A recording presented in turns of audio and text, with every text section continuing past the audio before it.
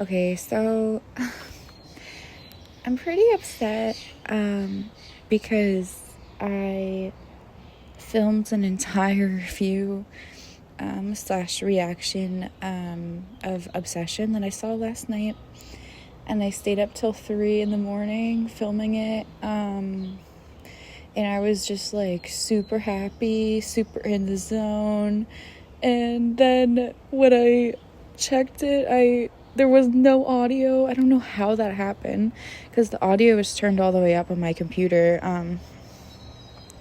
but honestly, like, I just got fired yesterday from my job, so it was just like the perfect amount of like delulu and like adrenaline fueled like rant that it was just like, I don't know, it makes me sad. It's like it was magic, like magic can't be recreated moment. But I still really love this movie, so I was like, you know what, I'm gonna salvage this. And my eyeliner looked like so slay, so I'm gonna leave the footage of me talking just because you can see like how passionate I was and like how happy. And if you don't like that the words don't match up, like I tried to see if I'm like, oh, maybe I could pay somebody on Fiverr. I do too much, but I was like, maybe I could pay somebody on Fiverr to like read my lips and like write a transcript and I can dub over it that way. But honestly, it was like 50 minutes long, so I don't think that would be something that was cheap. But yeah, so like basically, I mean, I think I can kind of remember what I said, but because if you watched my weapons review, I do kind of have like a like photographic memory when it comes to movies for some reason. I'm like, I can't even I'll like leave my keys on the bus, but which has happened to me 2 times. One time on the bus home from college, so that was crazy because I left my keys and it was like a 3-hour bus ride. So yeah, like I'll just forget my keys somewhere, but I will have perfect recollection of the movie I just watched. So yeah, so the video kind of started out with me saying, like, talking about how I got fired, and like I might make a longer video on that. And it was really ironic and like kind of transformative, I guess, because like as I got fired, I was talking to this mom and her daughter, and she was talking about how like her daughter's on the spectrum, and I was like, it was kind of sad because I was kind of reassuring her. I was like, yeah, me too, like and I was like, but it's gonna be okay, like I'm here, I'm working this super overstimulating waitress job, but I'm here and I'm doing okay. And then like as I'm saying that, I get pulled to the back and like fired on the spot,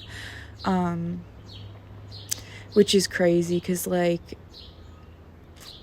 I don't know, I'm like pretty high masking, like very high masking, but I kind of don't know when to quit, honestly. Like I knew that job was bad for me, but I just have been in such a desperate situation that like I think that's why Obsession was like a perfect movie to see after that, because it's just like the idea of like, you know, something's bad for you, but you can't see out of the fog. Like I was so in the fog when I was working this job that it almost was like a toxic relationship where like I was so drained. I was crying in the bathroom like multiple times and like barely even had a chance to like eat or go to the bathroom, and I was so tired I couldn't leave my room after I was working, but I was like, this is all there is. Like you, in your head, you kind of just convince yourself that this is all there is. And I think that's kind of how toxic workplaces like keep people. They kind of like, I mean, it's not on purpose, but like the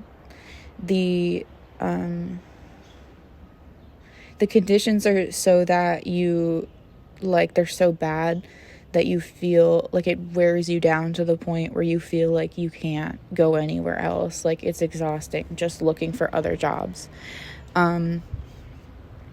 And that is this was a very good movie to watch after that. And I was a little concerned to watch it because I saw online people were saying that that it was like really traumatizing for them, and like I don't know, I've never been in a relationship, so I don't know, I wasn't worried, but I was like I don't know, hopefully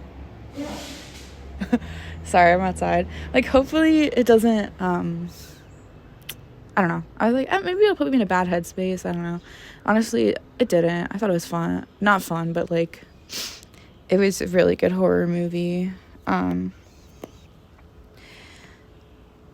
Oh yeah, and so to my point is like saying that I might make another video about this, but basically anywhere where they say like vibes, I'm starting to think of vibes as like an ableist coded term, because like vibes based hiring is just like, I don't know, it's the reason I got fired, because they were like, oh, she looks annoyed.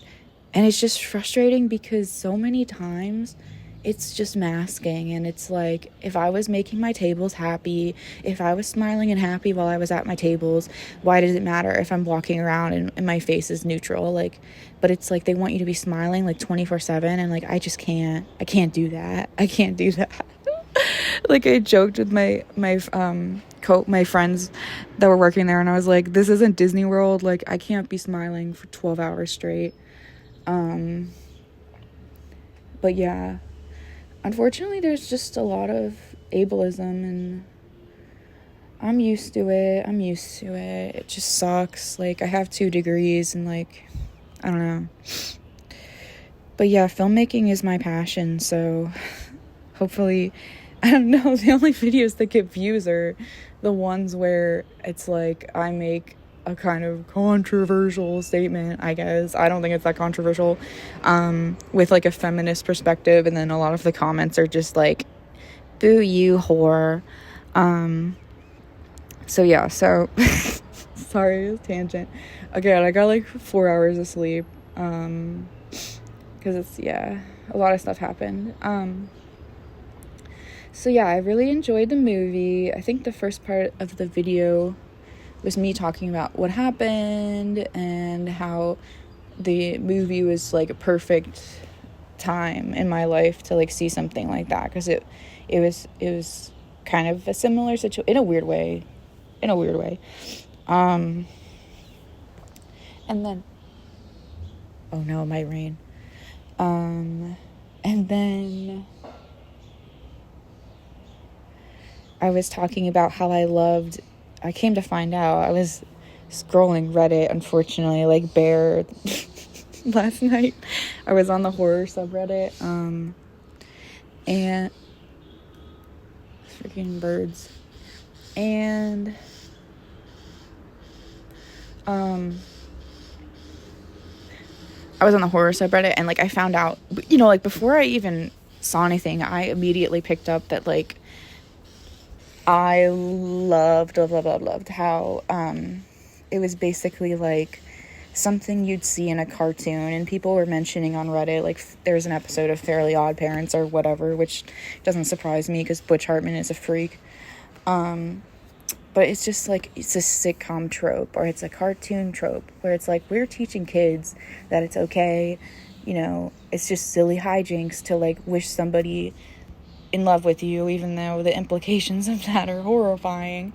So I really loved, it reminded me of this show I really love, I think it was on AMC, called Kevin Can F Himself, where basically it's like this feminist response to this Kevin James show, where the wife is just suddenly recasted and nobody talks about, or she leaves or something and nobody talks about it. And it's like the husband in the show, his life is a sitcom, and it's awesome. Like, they show it's on a stage, they have the multiple camera setup, and then like on the wife's perspective, it's like this awful, gritty drama, and it's so cool the way it switches perspective. So Obsession kind of reminded me of that, where it's like, if you step back and you actually think about the implications, it's not just like some silly guy, you know. And it's So I found out that the director, his name escapes me,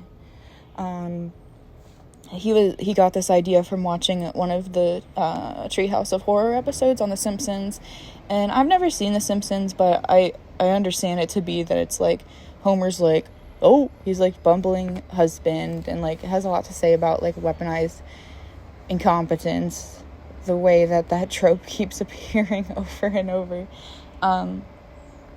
So I really do love how it's like, no, we're gonna turn this on its head. I guess my only thing, and I'm just I got the feeling that people in my theater, like, it was too much for them. Like, nobody was really laughing or gasping or anything. And in my review I made last night, I was being kind of mean. I was saying it's because it's in Pittsburgh and, like, it's just a bunch of old people here, and, like, it's not exactly, like, the most culturally savvy place. And I was like, no. I, like, swore on Romero. I was like, no, I'm not gonna disrespect Romero. This is his hometown.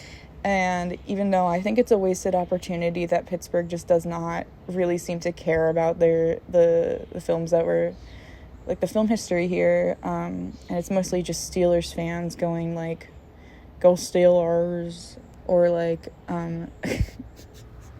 like, Yins want to go downtown. Oh, sorry. So anyway, yeah, like, I don't think that people appreciated the film that was watching it. I loved it. I thought it was so funny. I was laughing. Nobody was laughing. I was laughing. Because it's kind of it's very Gen Z coded. It's very twisted kind of humor. And Gen Z, we're just fucked up. I don't know.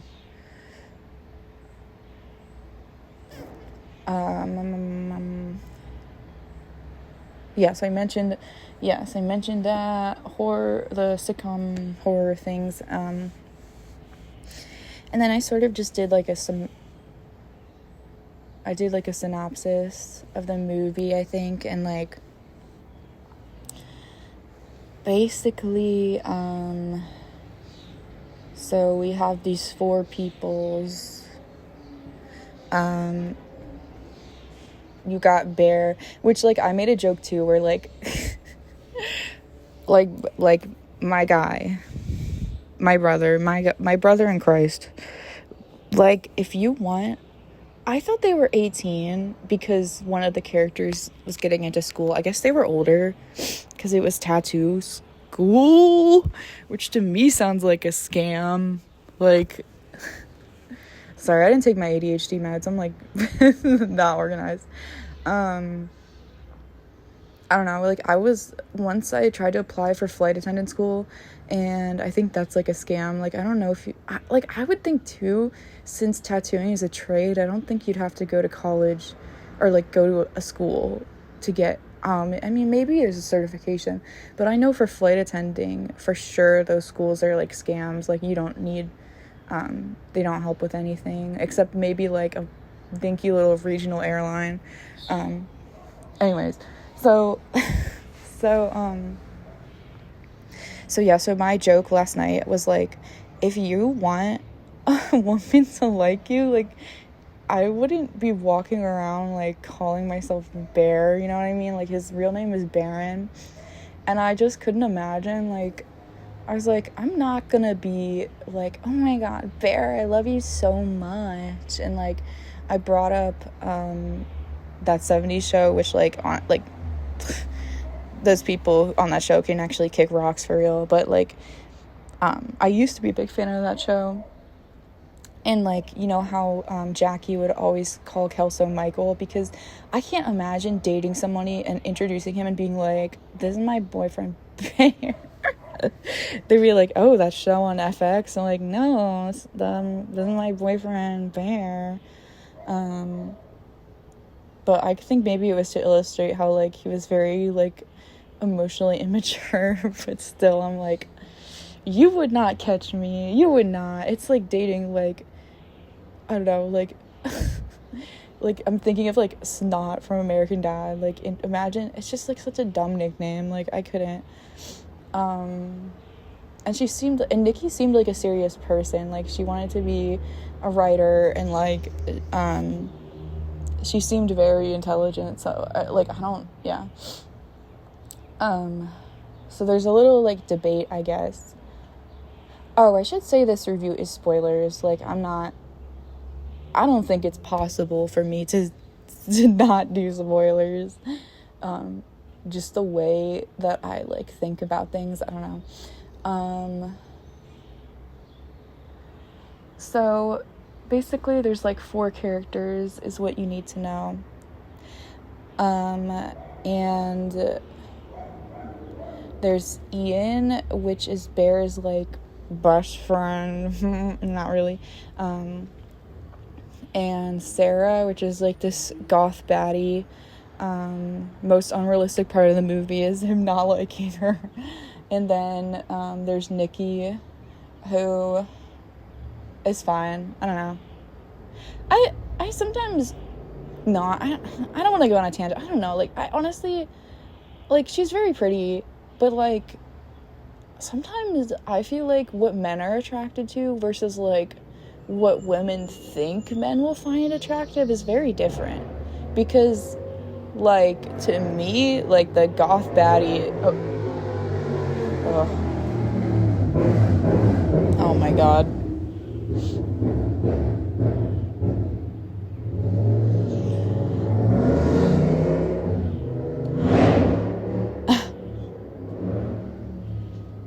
Like, to me, I'm like, obviously the goth baddie is like is, you know, pretty fine, so.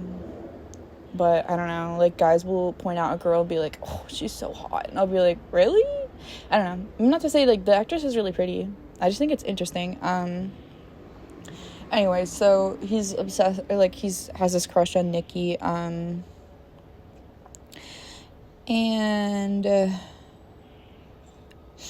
yeah, so basically that's all you need to know. And Andy Richter is Sarah's dad for some reason, and they work at like a music store, which is so funny because, like, I mentioned too, growing up, my dad was a drummer. Like, both my parents were kind of I don't know, they were musicians, and I just like, it's so nostalgic for me to see like a music store, and I was like, with 5 people working at once too, that's crazy.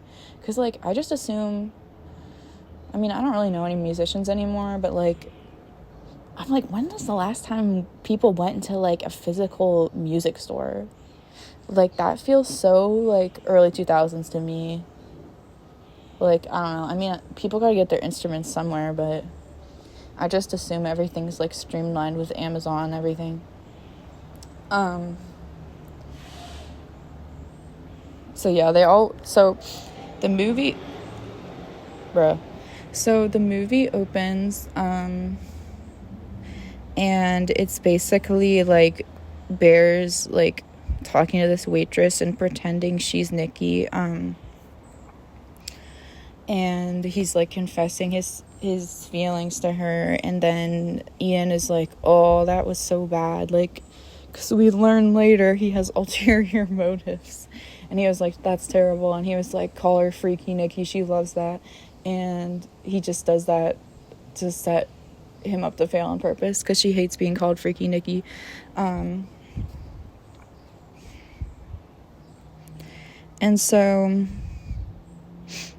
this movie, I said last night, is like, if you're very sensitive, you don't like horror, the thing I like about this movie is like, it's very clear.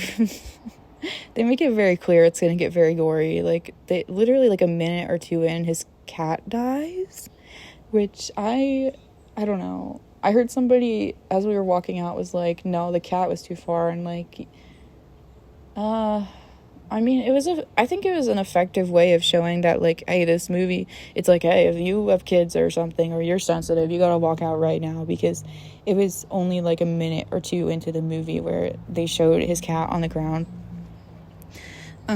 So he comes home, and his cat, like, got into a bunch of pills, which I also said last night that I don't know, like, I've had cats all my life. I don't know if, I think that's more of, like, I don't know. let me know. I'm not like a dog. I've never had a dog, but from what I've seen, I assume dogs are more likely to just eat anything in front of them. Like, cats are usually very picky about that. Like, because they usually only eat, like, meat. So, I don't know. But the cat, like, I don't know, maybe the cat was just not, was like a low IQ cat who'd never seen Rick and Morty. So the cat got into the thing, and I was really sad, and I was like, oh, cat. And I didn't like that, because I thought of my own cat. I was like, no.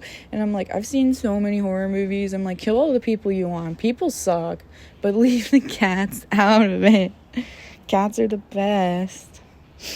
Like, somebody on the Reddit was saying Junji Ito, it was similar to Junji Ito, and I was like, Junji Ito would never kill a cat. He loves cats. I will say, though, it is not. People were a little, I mean, this movie's really good, but people are a little bit overhyping it. Like, it's not as messed up as something like Uzumaki. Like, whew, Uzumaki is perfect. I love that. Oh my god, I love that manga. It's definitely not, I mean, I would say it's like maybe more similar in tone to like Tomie, but it's definitely like Junji Ito is probably like the messed up horror I've come across, and like maybe there's something worse and I'll find it. I don't know, but I'm just too desensitized, and I'm trying to find something that scares me. So yeah, so his cat dies, and then Nikki calls him, and she's like, are you gonna come to trivia night? And he is like, I don't think I should. And she's like, but I gotta tell you something. And he's like, okay. And then she like mentions briefly that she dropped her necklace or something, like crystal necklace. So this guy in the very tips or fedora how you do not how you do like princess in the very princess fashion, he like is like, okay, I'm gonna go to the store and I'm gonna get her necklace right now. And like, that's too much. So he goes to this like hippie store, and the girl at the store is like on the phone, and dude, why are there so many motorcycles? I guess the mild ones are coming. Sorry, I'm like, that's a SpongeBob reference. I'm too my brain is just like a robot that spits out like pop culture references, and then I laugh because I expect everybody to get it, but sometimes my brain moves too fast where I'm like, I don't think people would get it. So yeah, so he calls her. Oh yeah, so he's at the hippie store, and the lady's being really rude, and he's like, do you have anything that represents like happiness? And she's like, I don't know, like all of them. And he's like, what about something like just like really makes you feel good? Because I feel like what I got from it is like he was gonna say, like, he was thinking it, he was like, oh, like, what about love, like, or something like that, and like he was too scared to say it, so he was like, oh, like, yeah, like happy friendship. And she was like, you could try this necklace, and he was like, oh, Nikki would hate this. And then he, for some reason, he sees this these like toys in the corner, and they're called One Wish Willow, and he's like, oh, I'm gonna get this for Nikki. For some reason, I don't know why. also just like, I know it's like a movie and like magic is real, but like if magic isn't real in the real world as far as I know, and like magic isn't real in the real world as far as I know, so like getting a girl you have a crush on for years like a novelty toy is like kind of crazy. Okay, so they go to the trivia night, and basically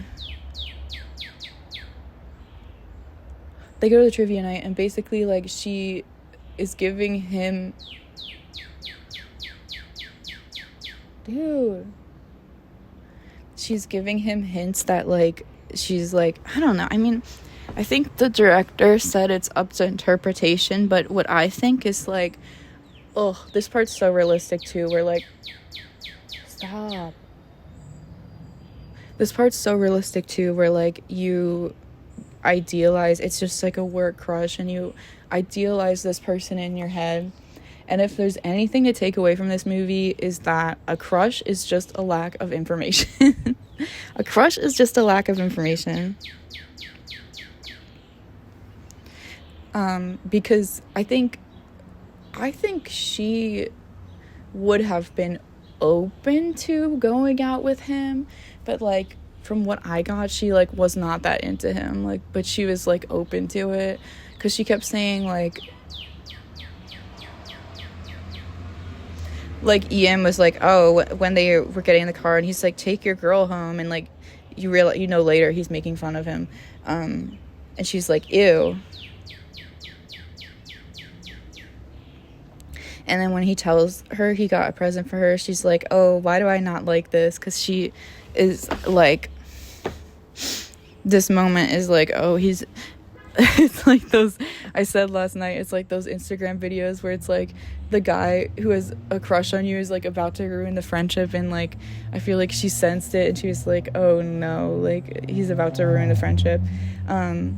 And she, like, the energy she had was kind of like, whatever, like, let's get this over with, like,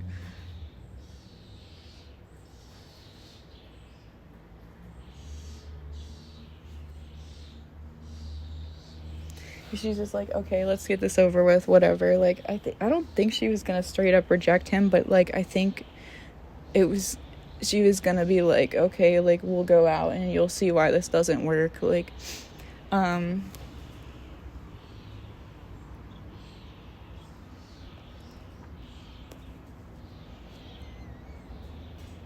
so yeah, like, and he calls her Freaky Nikki, and I don't know why, I guess in a desperate attempt, because, like, and I was saying last night too, like, I'm surprised so many guys didn't pick up that she wasn't really into him, and I was like, are you serious? Because, like, guys do this but worse when they don't like a girl, like, they will be so mean. Like, she was just, like, leaving so fast because I think she didn't want to give him the chance, like, she was trying to avoid the conversation, so she tried to leave so fast, and I was like, oh my god, like, guys will do that but, like, 10 times worse. Like, they will, like, avoid eye contact and, like, act like you're, like, disgusting.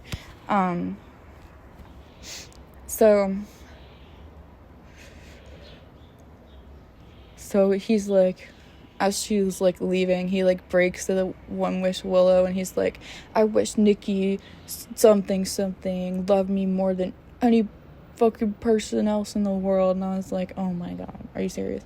And so then she, like, stops and, like, turns around and, like, is really creepy, and she's like, I just, like, I don't know, like, she just, like, starts to get, like, possessed by this, like, entity, and, like, it's really creepy because you can see the real Nikki seeping through, because she, like, turns around and she's like, wait, and she's like, what the fuck am I doing? Like, that's the real Nikki. And then she turns around and she's like, she's like, I don't want to be alone right now, like, and I kind of like, there are these moments where it's like this, whatever being it is like trying to figure out how to be human. Like, it doesn't really understand love or, like, being human, but it knows it has to do, like, fulfill his wish. And so she's like, oh, like, my cat died, and he was like, your cat? And she's like, oh, like, your cat died. So she's like, I just don't want to be alone right now. And she was like, my dad's sick, and she was like, I can't even step foot in that house. And he was like, okay. So he takes her to his house, and for some reason, bro doesn't even care that, like, she steps into the kitchen, and she's like, she steps into the kitchen, she's like, the house smells like you. And, like, one thing is, like, okay, we know that the main character is supposed to be a bad person, because the metaphor in this movie is, like, you know, it's a non-consensual relationship, but he's just also very stupid. Like, I don't know. It's very stupid, because, like, why would he be like, oh, it smells like you? Oh, well, okay. So she's just acting really weird, and then she, like, starts to kiss him, and then, like, pulls away and starts screaming, and he was like, okay, like, you need to sleep on the floor.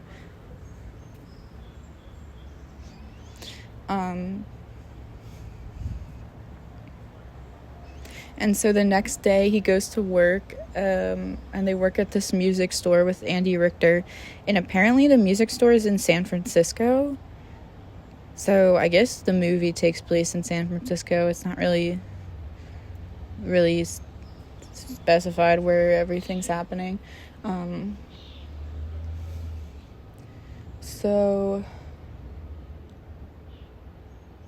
they go to the music store, and he's telling Ian what happened, and Ian's like, oh, this is a bad look, dude.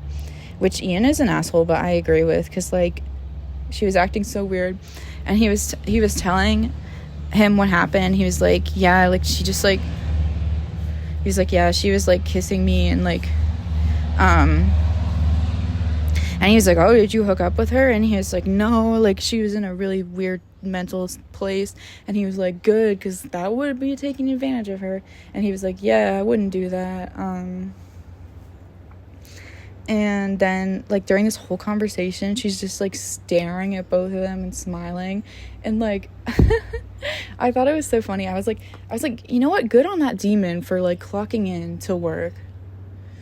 I think that's why possession horror just, like, doesn't scare me anymore. Because, like, I mean, this movie is scary, but most possession horror doesn't scare me. Because it's like, if a demon's gonna take over and clock in and do my job, I'm like, go ahead. Like, I don't...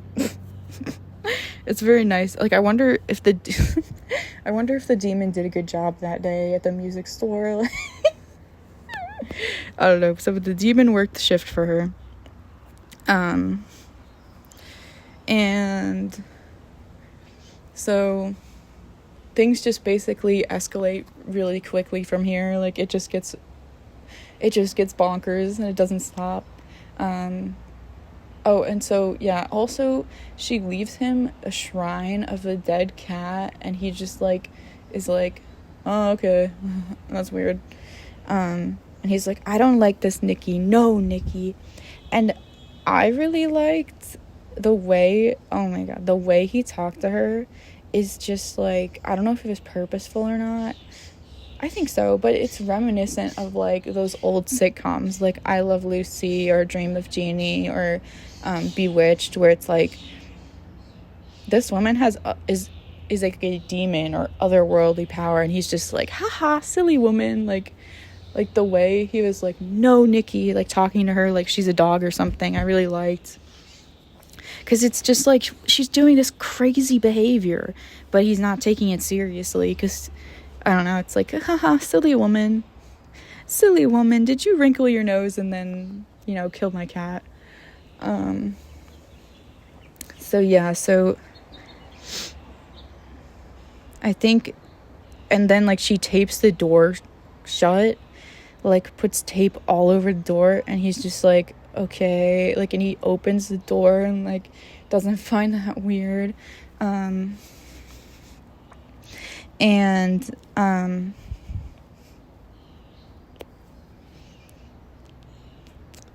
So she's like, I made you lunch today, and he's like, okay. And this part is like, you know, that episode of It's Always Sunny where he's like, you know, Dennis would like Dennis. And it's like, he's like feeding him the dog, like, essentially that's, like, what happened. Like, I kind of liked it, because it was, like, the demon being like, this plus this equals this. Like, okay, so they went on a date, and he told her that he wanted to be a food critic, which, like, boring. And so she was like, the demon is, like, connecting dots, like, he likes food, he likes cat, maybe he likes cat as food. And I really like that, because it's like the demon's just doing her best. Like, she doesn't really understand like people or love, or like she's just trying to connect the dots. And so the goth baddie Sarah, she likes him, but like they're at work and he's eating the sandwich, and then he realizes it's Kat, because she's like leaves a note and she's like, best my baby food, or I don't know, or she's like, I don't remember what it was, but it was like I was like, my little food critic, and then on the note it said, how do you feel about Kat? And he's like, oh, he spits up the cat sandwich. And then there's also a Polaroid of her taking a picture while he's sleeping, and she's smiling, and it says not me, which is scary, effective. And Sarah's just like, I'm just worried about you, I don't want you to be taken advantage of, like, listen, like, she told me she felt that you were like her brother. And he was like, whatever, it's fine, because this guy's like the dumbest guy ever. And so basically,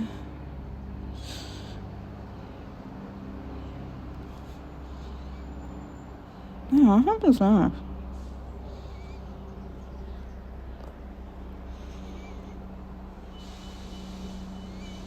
Oh yeah, so basically then after that, she's like not even, like she waited for him while he was at work, and she didn't move, like she just stood there smiling, that she like peed herself and pooped herself, and it was so like, oh my god, it was scary. The only thing though, like when he came home, there were like bugs in her mouth and stuff, and I'm like, okay, I think it was a stylistic choice, like very Sam Raimi, very camp, because I was like, okay, if you're standing there all day, you're not gonna like end up looking like a zombie, like you would probably smell bad, but wouldn't transform into like a zombie.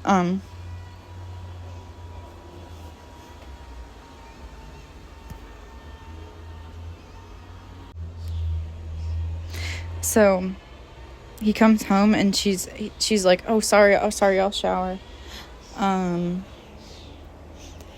And it's like the demon being like not knowing what to do, and like, oh, I'm so sorry, like how do you want me to act? And like she'll shower, and he's like, oh, I hate this part too, because it's like very reminiscent of like a 50s 60s show, where the line delivery is so good, where he's like, he was like practicing in the mirror at work, and he was like, you cannot kill the cat, okay? He was like, we talked about it, and he was like, and tonight is boys' night. And oh my god, that line, that was my favorite. Like the line delivery was so good, because it reminded me of like, oh no, what's Lucy gotten herself into, ha ha ha. And like, it's like, no, this is a demon who is gonna like like the force you are reckoning with.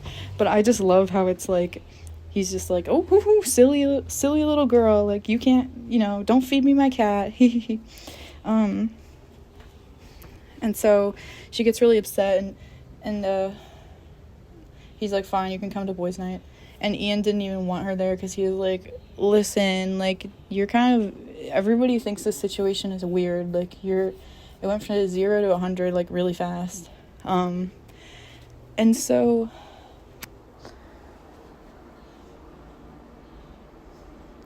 oh yeah, and at some point he calls the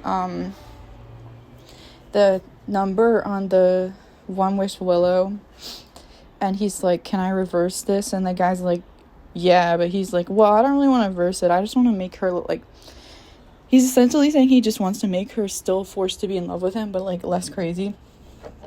And he's like, I don't know, that's not how it works. And he's like, ugh. And then he was like, you want to hear the real Nikki? And she's just like screaming for help. And then he hangs up. So at this point, it's like he knows he's taking advantage of her. And there's this really graphic scene where like they're hooking up, and like her face is just, he's like really into it, and her face is just like nothing. Like she's just disassociating, and it's so scary. But yeah, I really, like, my one thing is I was like, oh, they could have made him, like, a little more unattractive, but I'm like, maybe that's also mean to be, like, casting ugly, nerdy man. But I don't know, at the same time, I also kind of like how it's, like, a lot of predators, like, male predators, comedians, whatever, they'll be like, I'm just this little guy, look, I'm just this 5'8", 5'6" comedian, I'm a little guy, like, I couldn't do anything wrong, and, like, that is, like, I like that, because it's saying, like, oh, like, he's harmless, he's just, he just has a crush, and, like, at this point, he's just assaulting her, because he knows the real Nikki is, like, trapped, and, like, it's a demon, and for some reason, he wants to make the demon relationship work. So they go to the party, and they're playing, like, I don't know. They're playing this party game with, like, Jello shots and Jenga, which, like, neurotypical people love that shit for some reason. Like, I hate doing party games. I hate games in general. Like, I think it's just learning all the rules and stuff. I'm like, ugh. And so she takes a block out, and, like, whatever the block said, it prompted her to read this, like, extremely creepy poem about Hansel and Gretel, where essentially the witch takes over. I think Gretel is the girl, and, like, it's about her becoming obsessed with him and, like, loving him and, like, seeing this brother figure in, like, a sexual way. It was really creepy, and everyone just sits there like, oh, okay. And then Bear, it's his turn, and then he picks a Jenga block, and they're like, kiss whoever's on your left. And so the demon Nikki is, like, so obsessed with him that the person to his left is Sarah. She won't even let him, like, kiss her or peck her on the lips or whatever. And so she pulls her away and, like, goes, like, puckers up her lips and is like, and, like, makes him kiss her, and it's so awkward. And then at a certain point, she just starts saying, like, she starts bashing her face in with a bottle, and she's like, it's not me. And so he takes her to the hospital, and, like, people are saying this part was unrealistic, but, like, honestly, like, they will not, like, when you're not a minor anymore, you have to, like, agree to be taken into, like, a psychiatric hospital. Like, they are so strict. Like, they will not admit you. Like, even if there was, like, a really bad self-harming, like, they will not admit you. So basically, yeah, they wouldn't admit her. So he just, like, took her home, and he's like, oh, I'm gonna make this work. I'm gonna make this demon thing work for some reason. And then Sarah texts him, and she's like, it's like 2:30 in the morning, and she's like, I gotta tell you something. And he's like, oh, just text me, because demon Nikki wouldn't want him to leave. And she was like, just come out, like, I'm in the parking lot. And he's like, fine, whatever. And so this is, like, really long, heartfelt conversation where she's like, listen, I didn't want to tell you this, but Ian and Nikki were hooking up a lot, off and on, and she was like, you need to be with someone more chill. And he was like you? And she's like, yeah, like me. And then she shows him that she got into tattoo school.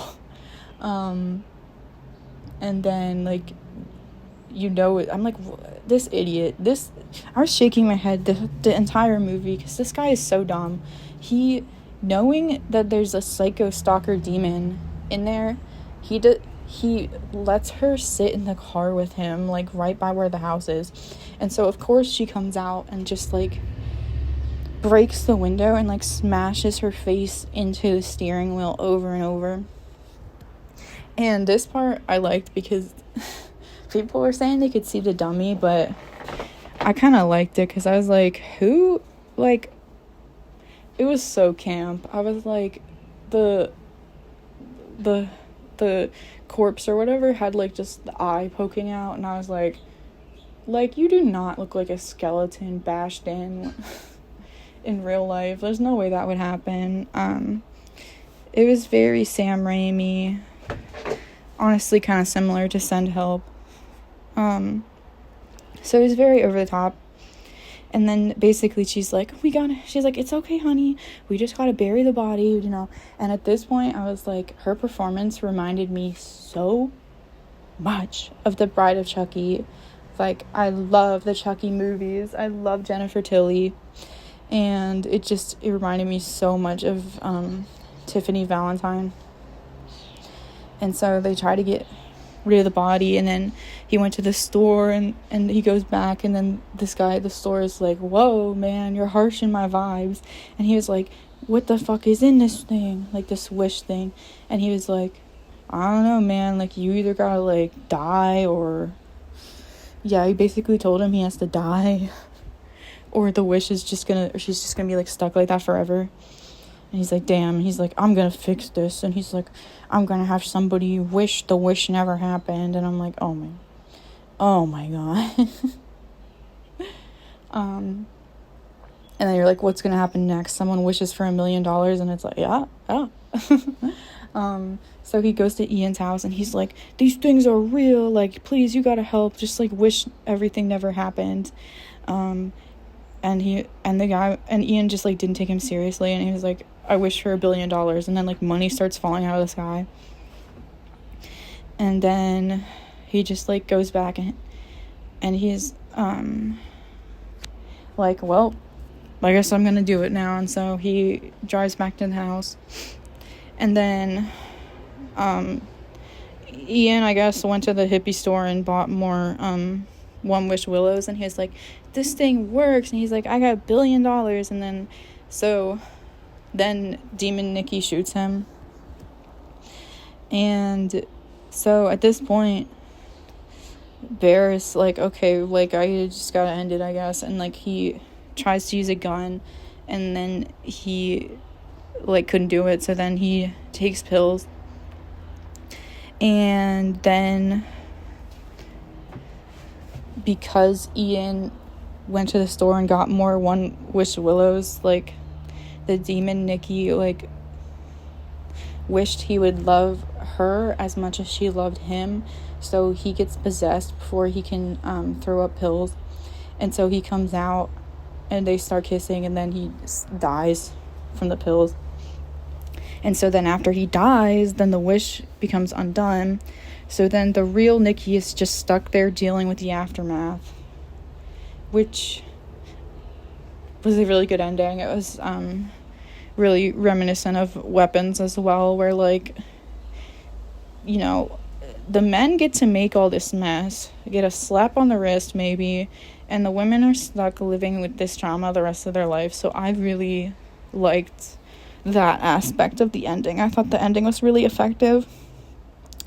The only thing is, like, I wonder, I don't know, maybe this would be too fan servicey, but I kind of wanted to see what the two, like, demon possessed lovers would get up to, like, if they'd become sort of like Chucky and Tiffany kind of couple, serial killer couple, and, like, that would have been interesting. I don't know. Maybe it's too similar to Pet Sematari's ending, though, if he goes up and he's like, honey, I'm back, or something.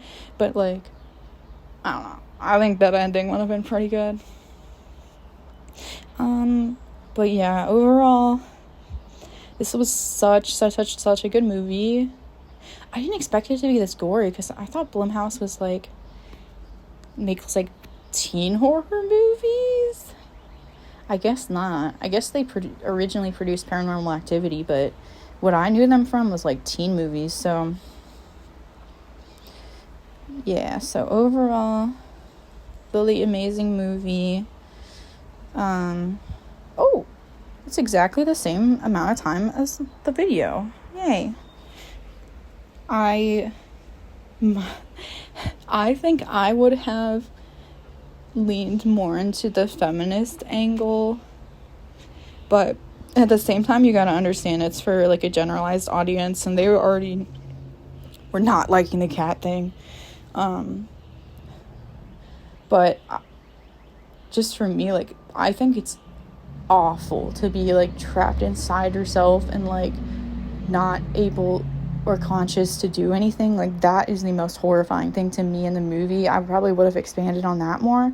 But honestly, at that point, it just becomes I'm thinking of ending things, which I always talk about, which is just, like, one of my favorite horror movies ever. So, yeah. I hope you enjoyed the review. Like and subscribe if you want to. And don't feel obligated, but I have a Ko-Fi. If you would like to donate to my Ko-Fi, since I just lost my job, that would be very kind of you, but you're under no obligation to do so. But thank you so much for watching, and hopefully other people watch this besides mean incels, because that seems to be the only videos I get views on.